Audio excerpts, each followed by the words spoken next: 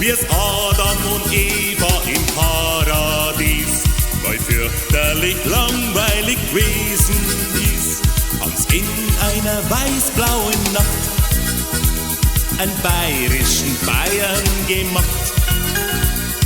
Sepp haben's tauft und so heißt er bis heut. Alles war begeistert, mei ist der Bub gescheit. Für ihn gab's gar nie kein Problem.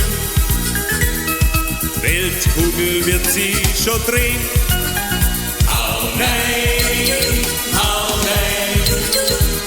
ein bisschen was geht euch weit. Oh nein, ein bisschen was geht euch weit.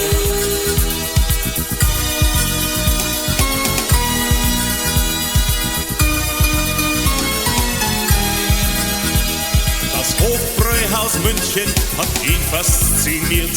Dort hat ihn auch später die Resi verführt. Mit Bussi bei einer Maskier. Verliebt sitzt er seit der Zeit hier. Mit Rat und mit Tat trinkt er dort in den Mann und gräntelt, das gibt's nicht, dass man was nicht kann. Sei mir nicht bess, oder was? Jetzt red nicht, mach einfach was los. Hau nein, ein bisschen was geht euch weit. Hau nein, ein bisschen was geht euch weit.